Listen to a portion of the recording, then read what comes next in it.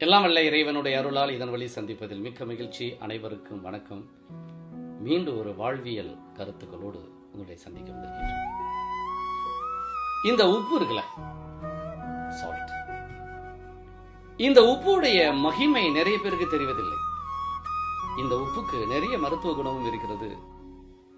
அதே நேரத்தில் ஆன்மீக ரீதியில நிறைய தடைகளை, நெகட்டிவ் எனர்ஜி என்று சொல்லக்கூடிய எதிர்மறையான சக்திகளை நீக்கக்கூடிய ஆற்றலும் அதற்கு இருக்கிறது. அதனாலதான் இறைவன் கடலை உப்பாக படைத்தான். ஏன்னா கடல்ல பூமியில வாழ்ற கிருமிகள், பாக்டீரியாஸ் வாழ முடியாது. அதே நேரத்தில் கருமாக்களை அழிக்கக்கூடியது. அதனாலதான் இறைவன் நம்ம தோலுக்கு உப்பை தந்தான். அதனாலதான் நிறைய கிருமிகள் நம்மளை பாதிக்காமல் இருக்கிறது, பாக்டீரியாஸ் அண்ட் வைரஸ். இந்த உப்பு என்ற சாதாரண ஒரு பொருள் கிறிஸ்டல் என்ற குடும்பத்தை சார்ந்தது. நிறைய கிடைக்கிறதுனால அதுக்கு மரியாதை இல்லை, மதிப்பும் இல்லாமல் போய்விட்டது. இந்த உப்புடைய மருத்துவ குணத்தை நான் உங்களுக்கு சொல்கிறேன். முதல்ல உப்பு இருக்குல்ல, சாப்பிடுறதுக்கு முன்னாடி கொஞ்சம், ஒரு நிமிஷத்துக்கு முன்னாடி உப்பு கொஞ்சம் எடுத்து அப்படி தொட்டு நாக்குல வச்சுட்டு 6 நிமிஷத்துக்கு பிறகு நீங்க சாப்பிட ஆரம்பித்தால் ஜீரண சக்தி தூண்டப்படும். இதத்தான் எல்லா மருத்துவ குறிப்புகளும் இருக்கிறது. பெரிய மகான்களும் சொல்லியிருக்கின்றார்கள். நபிகள் நாயகம் ஸல்லல்லாஹு அலைஹி வஸல்லம் அவர்களும் இதை வலியுறுத்தி சொல்லியிருக்கின்றார்கள். நம்ம நிறைய விஷயத்தை சொல்லியிருக்கிறாங்கன்னு சொல்றோமே தவிர நான் கடைபிடிக்கிறேனா என்று என்னை கேட்டுக்கொள்வதே இல்லை. கடைபிடிச்சாதான் அது நமக்கு சொல்லும்.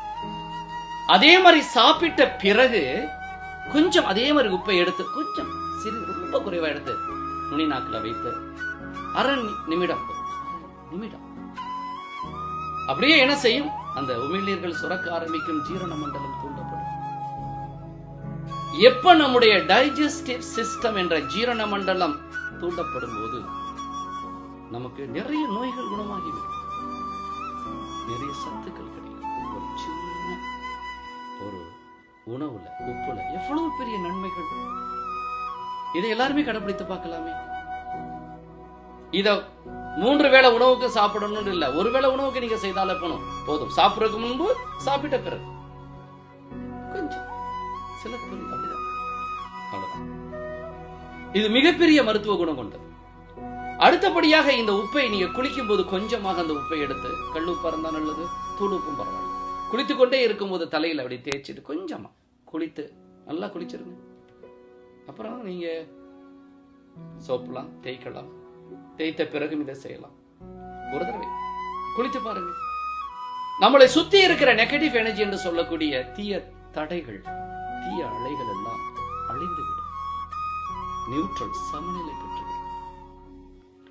அதே மாதிரி இந்த உப்பை ஒவ்வொரு நாளும் மாலையிலேயே, இரவுலையோ, ஒவ்வொரு நாளோ, வாரத்துல ஒரு நாளோ, அல்ல ஒரு நாள் விட்டு ஒரு நாளோ, வெந்நீர் எடுத்துக்கொண்டு, ஒரு சட்டியில வெந்நீரை எடுத்துக்கொண்டு கொஞ்சம் உப்பை போட்டு ஒரு பிடி 2 காலை வைத்து ஒரு 10 நிமிஷம் வைத்திருங்கள். காலில் இருக்கிற வலிகளும் குறைந்துவிடும். நம்மளை சுத்தி இருக்கிற தீய அலைகளையும் இழுத்து அதை அழித்துவிடும்.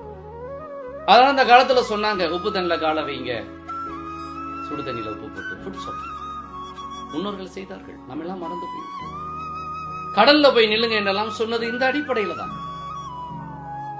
அதே நேரத்துல ஒரு வாளி எடுத்துக்கொண்டு கொஞ்சம் ஒரு பிடி உப்பு போட்டு கொஞ்சம் மஞ்சத்தூளும் கலந்து ஒரு 4-5 சூடம் இருக்குல்ல, அதை நல்லா உடைச்சு போட்டு நல்லா கலக்கி வீட்டுக்கு வெளியே தெளித்து விடுங்க. இதுதான் உலகத்திலே சக்தி வாய்ந்த ஆன்டி வைரஸ், ஆன்டி பாக்டீரியாஸ், கிருமிகளை கொள்ளக்கூடிய கிருமி நாசினி. ஆக வாய்ப்பு இருக்கிறவங்க தாராளமா செய்யலாம். இதை மாசத்துக்கு ஒரு தடவையோ அல்லது வாரத்துக்கு ஒரு தடவையோ தாராளமா நீங்க செய்து பார்க்கலாம். வெளியே நீங்க தெளிக்கும் போது அல்லது வீட்டுக்குள்ளேயும் தெளிக்கலாம். அப்புறம் தொடச்சி விடலாம். வீட்டுக்கு வெளியே தெளிக்கும் போது துடைக்க வேண்டிய அவசியம் இல்லை. ஆக இப்படி தன்னை பாதுகாக்கக்கூடியதிலிருந்து, தீய சக்தியிலிருந்து நமக்கு பாதுகாப்பை தந்து மிகப்பெரிய அரணாக இருக்கக்கூடியது இந்த உப்பு. ஆக நம்ம கூடவே இருக்கு, பயன்படுத்தி பாருங்க. மிகப்பெரிய மாற்றத்தை பயன்படுத்தின உடனேயே நீங்கள் அனுபவபூர்வமாக உணர்வீர்கள் என்று கூறிக்கொண்டு உங்களிடமிருந்து விடைபெறுகிறேன். நன்றி, வணக்கம், வாழ்க.